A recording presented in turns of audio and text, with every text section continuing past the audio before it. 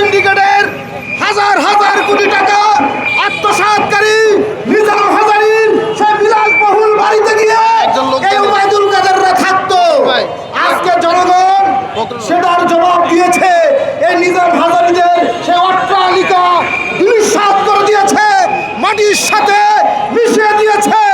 আগামী দিনে আমরা প্রত্যাশা করব যেমনি ভাবে এই শ্রমজীবী মানুষের তাদের পরিবারের ভিটে মাটি বিক্রি করা টাকা, তাদের বউয়ের স্বর্ণ বিক্রি করা টাকা, তাদের ব্যাংক সুদে টাকা আনা টাকা, সেই টাকা আত্মসাৎ করে আজকে তারা হাজার হাজার কোটি টাকার মালিক হয়েছে।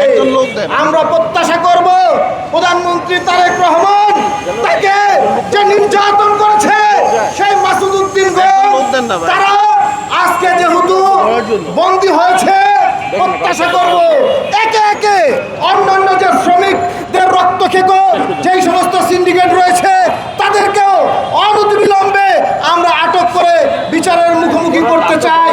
প্রবাসী কল্যাণ ও বৈদেশিক কর্মসংস্থান মন্ত্রণালয়ের মাননীয় প্রতিমন্ত্রী জনাব নুরুল হক নূর, তিনি আমার নেতা, তিনি স্পষ্টভাবে ঘোষণা দিয়েছেন মালয়েশিয়ায় আর কোনো সিন্ডিকেট হবে না।